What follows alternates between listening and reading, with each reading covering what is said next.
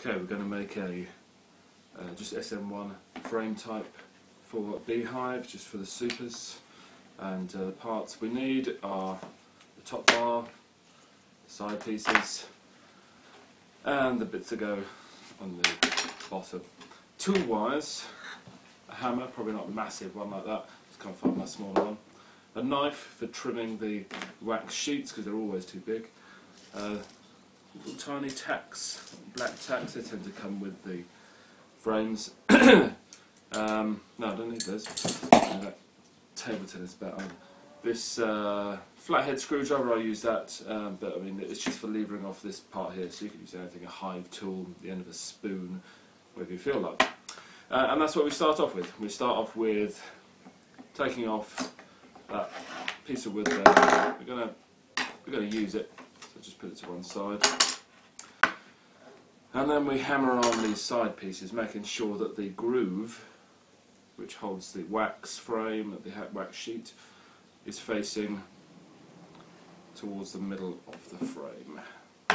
Tend to slip on quite nicely. Same again this side.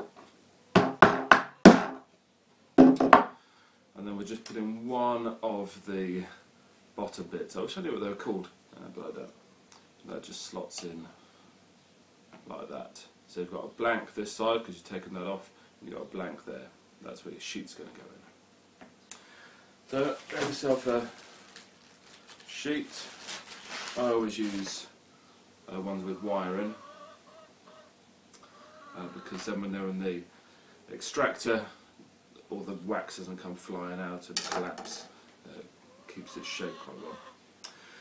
So, unfortunately, as I suggested, they are too big, so you have to cut them down a certain amount and just line them up with the grooves. Yeah, it's about one hexagonal shape too long, so just cut off about one.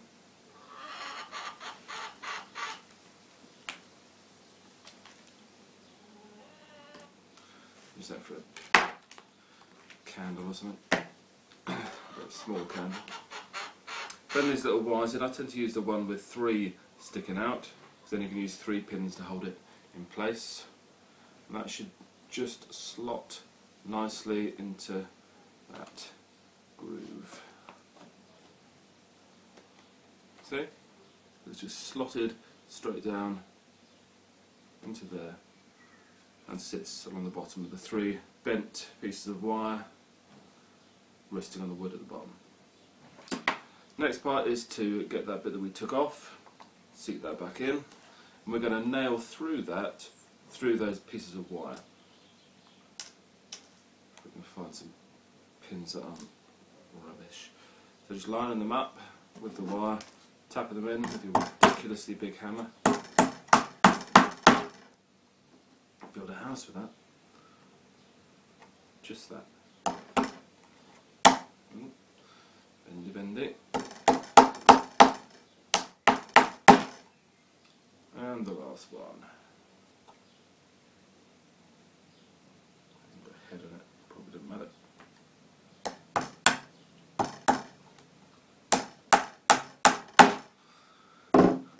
So that sheet is now securely in there. Then we just got to secure up the other end. So this last piece of wood that goes at the other end slots in that side, and then just making sure we don't catch the wax at any point. Slot it in at the other, if it's not bent over. A little tap would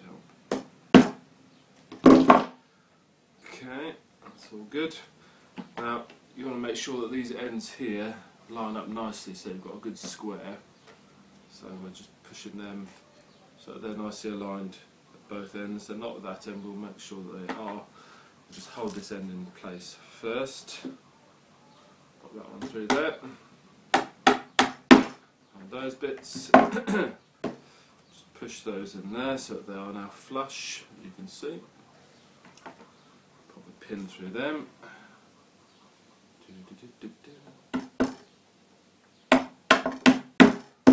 So that's holding them in place, and just to stop the whole thing dropping off, we're going to nail in here and here as well. I know some people put in pins going that way, that way, that way, that way. Never found the need, but once the bees have got hold of it and covered it with propolis, it's not going to come apart. It's also got no hair. And that is the finished frame. And you need 11 of those per super. You have a narrow spacer on there, so I've got to make up a whole load of them. But it works out much cheaper than getting them ready assembled. And there you go, nice and straightforward. Enjoy.